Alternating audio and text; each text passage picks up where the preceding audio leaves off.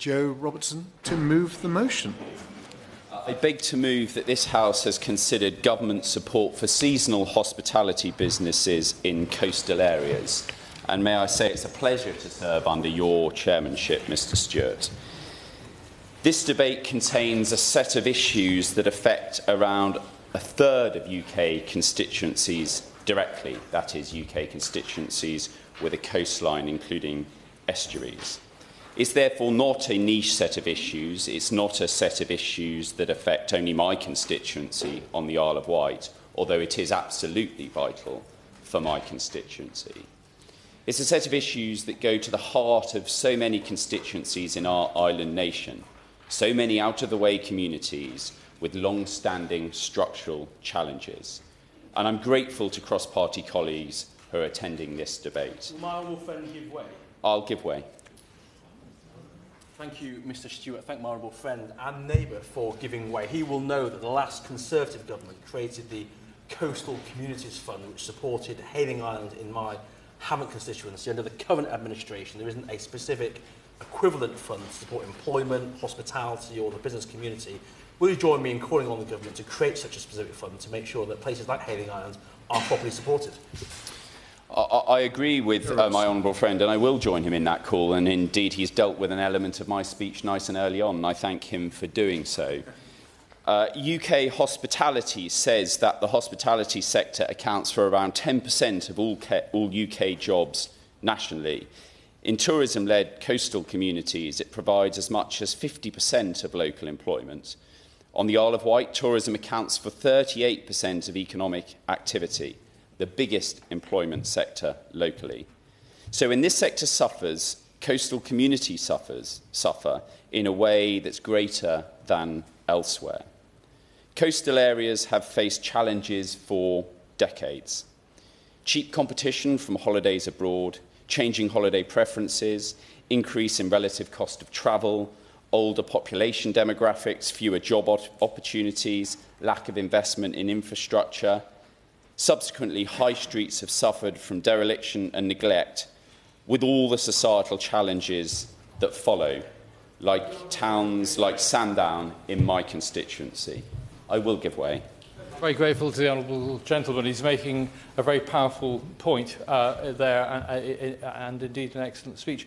In my West Cornwall and the Isles of Scilly constituency, likewise, the situation is just as troubling, and indeed it is an existential crisis. Does the honourable gentleman agree with me that unless we address the current rate of VAT and or the business rates that are burdening our hospitality businesses, then, as in my constituency, many of them will not see the end of this year?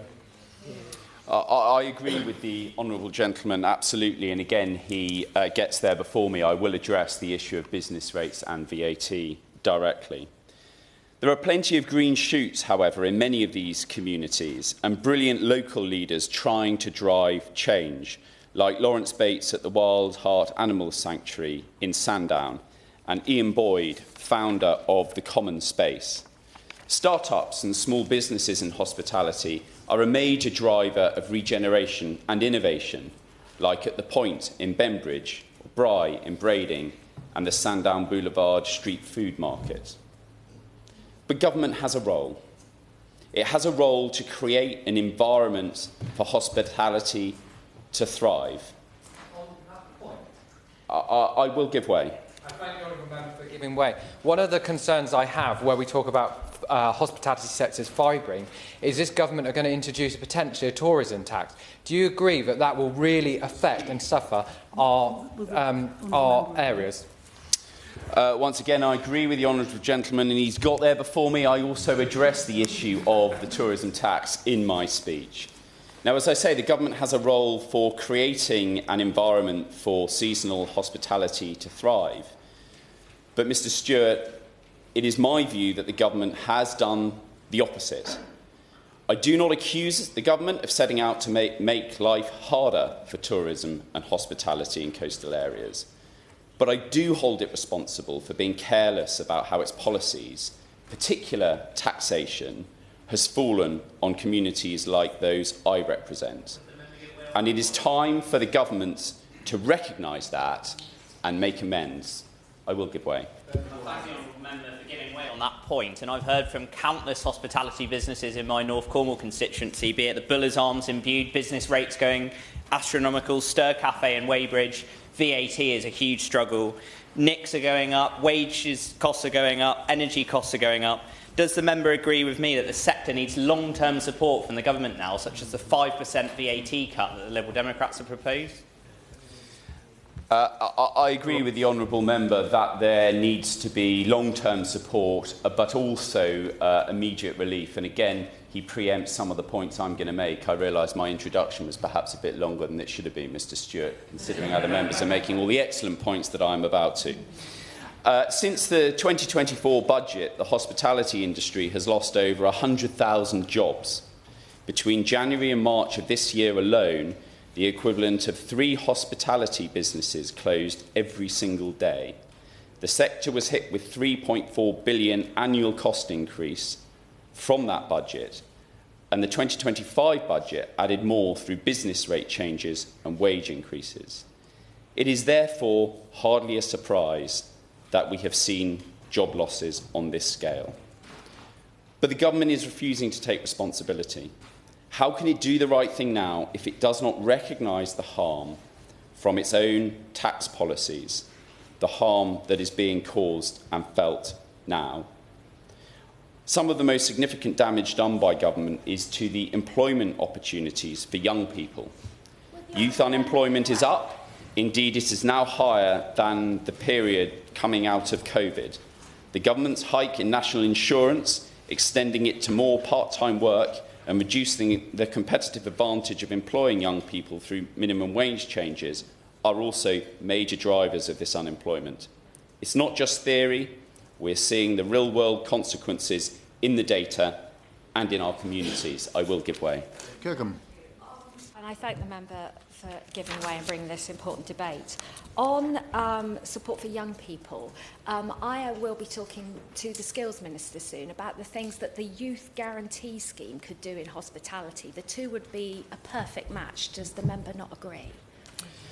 I would urge the honourable member to do all she can to encourage her colleagues, the ministers, to improve the lot for young people.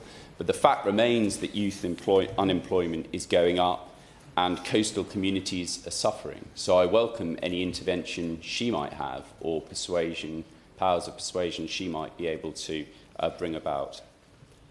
In coastal communities, hospitality provides flexible, accessible, seasonal work that simply doesn't exist in the same volume anywhere else in the local economy.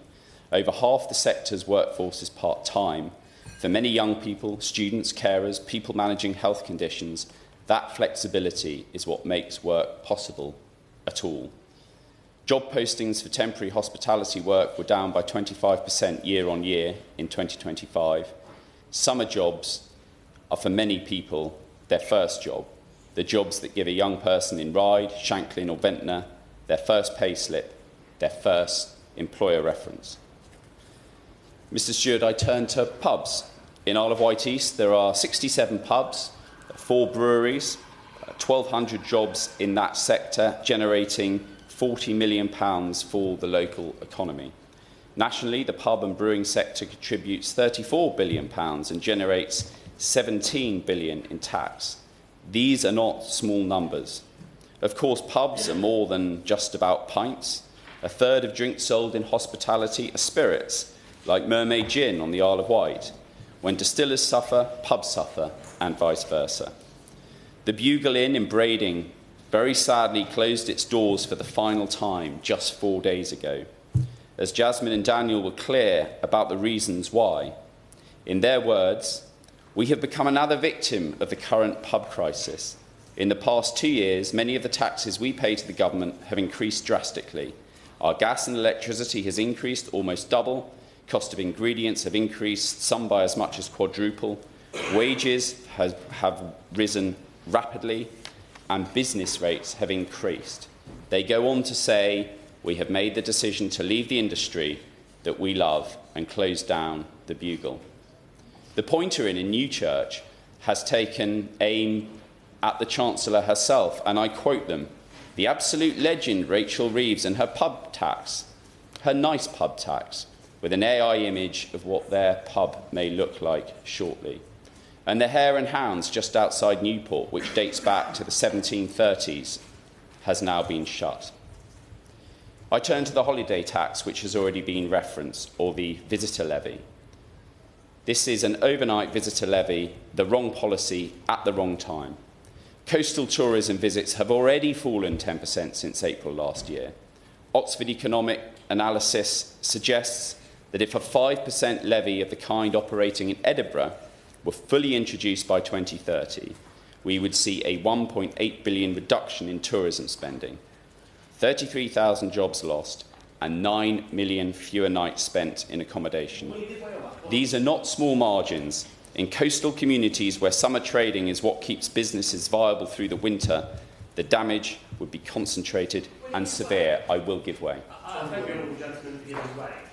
It's this wrong tax at the wrong time, as he put it, and that's something that I spoke about with UK hospitality.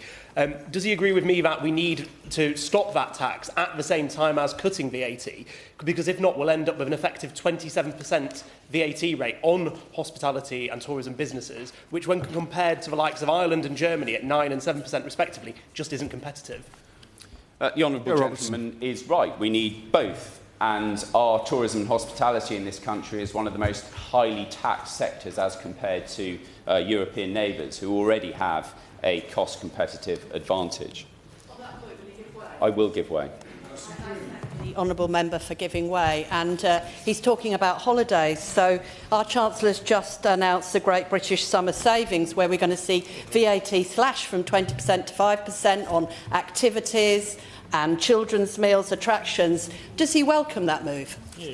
Look, I understand that the honourable lady is trying to sell her own Chancellor's policies, but it's pretty thin support, a short temporary VAT tax giveaway set against the severe tens of £billion tax damage done by two successive budgets. On business rates, the hospitality sector pays 10% of all eligible business rates, but accounts for only 2% of relevant economic activity. That equates to an overpayment of £1.8 billion. The government legislated for a 20% discount. What they've delivered is 5%. Without a sector-wide solution, 963 restaurants and 574 hotels could face closure this year, and we are seeing closures already. I will give way. Honourable member for giving way. He's being very generous with his time. And we're here talking about the importance of hospitality in coastal communities. Given that hospitality is such a cornerstone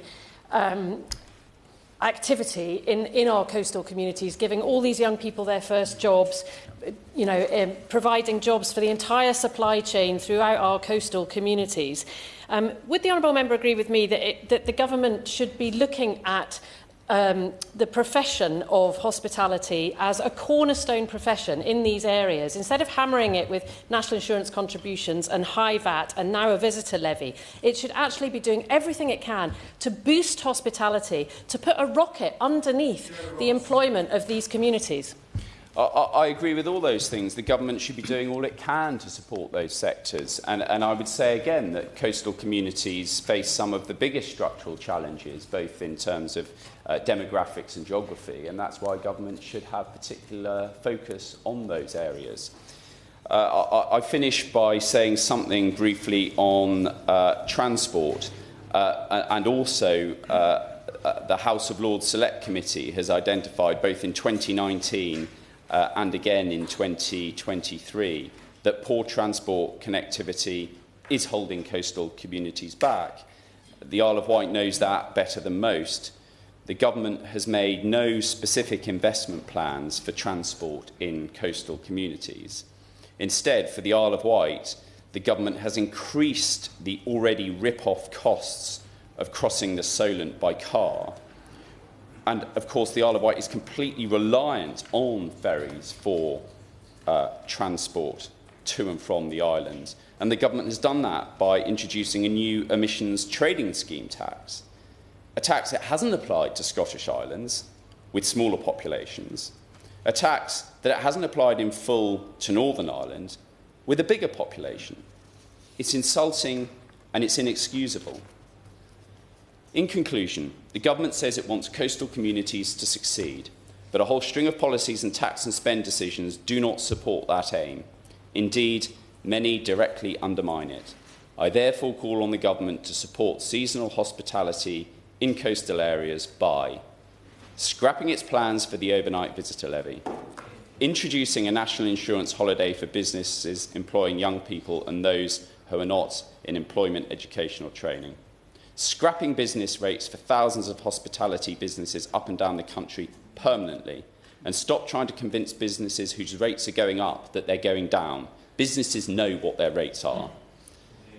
Publishing the promised visitor economy growth strategy urgently, and disapplying the ETS tax on car ferry travel to the Isle of Wight and bring it in line with every other UK island that will pay nothing. Our hospitality businesses are resilient and they've survived a great deal, but resilience has limits. I hope the Minister can offer the House and my constituents some genuine reassurance this afternoon.